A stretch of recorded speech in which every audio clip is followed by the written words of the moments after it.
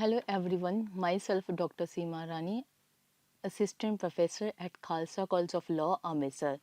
Today here I am going to discuss the concept of hierarchy of Land Revenue Officer under Punjab Land Revenue Act 1887. The governance of every department cannot be managed unless various officers are appointed to carry out aim and object enacted in a particular act. Mere introduction of an act or statute in a box is not enough unless various officers are appointed to carry out such aim and object. So, Punjab Land Revenue Act 1887 provides a hierarchy of land revenue officer to carry out aim and object mentioned under Punjab Land Revenue Act 1887. Punjab being a primary and agriculture state where most of economy is based on agriculture income.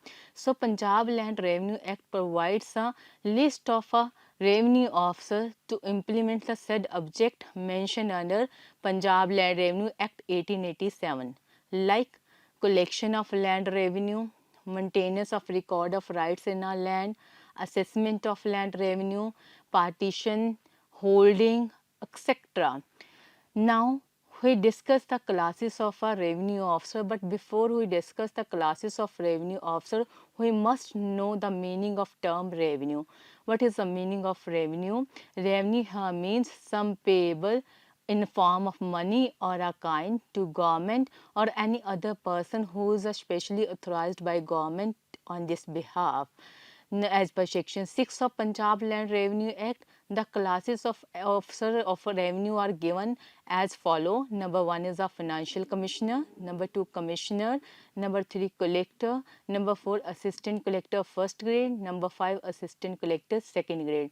The state government is empowered to appoint all the revenue officers through official gazette notification.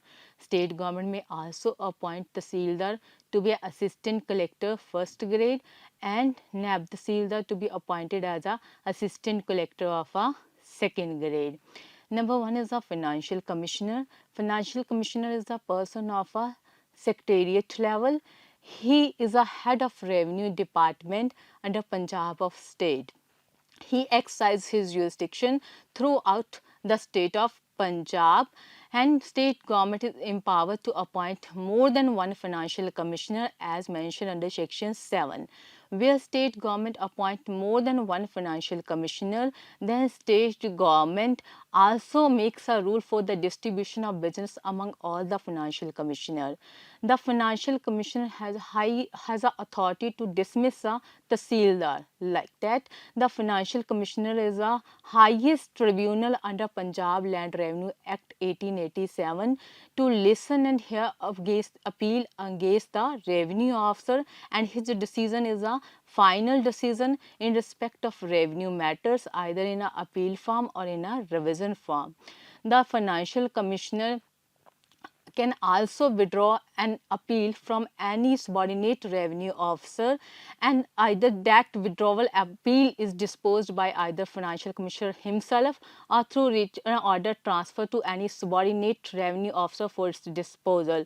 In short, financial commissioner worked under the guidance and supervision of a state government as per section 11 clause 1 and 2 of Punjab Land Revenue Act 1887, but all other revenue officers are subordinate to a financial commissioner and they work under the supervision and guidance of a financial commissioner. Number 2 is a commissioner. There are more than one division covered by state of Punjab. Each division has its own commissioner. The state government is empowered to appoint more than one commissioner as mentioned under section 8 of Punjab Land Revenue Act 1887. The commissioner has the authority to listen or appeal against the order of a collector. Next is a collector. Collector is in short head of revenue department in our district.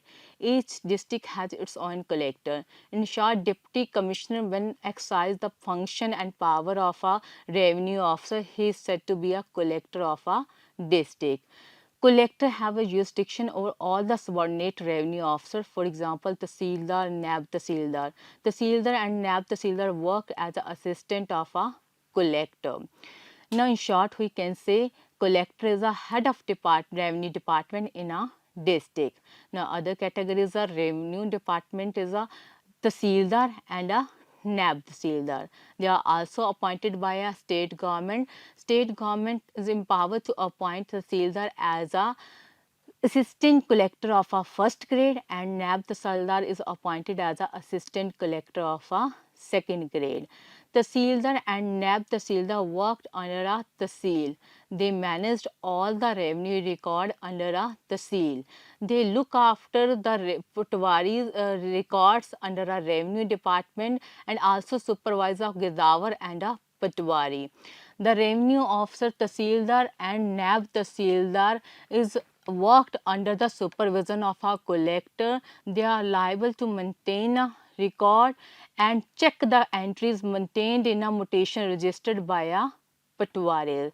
Other officers are also appointed under Section 28 by a state government like Kanun Go, village officer. Their function as per Punjab Manual's rule, land manual's rule mentioned under a Punjab Manual Rules Act.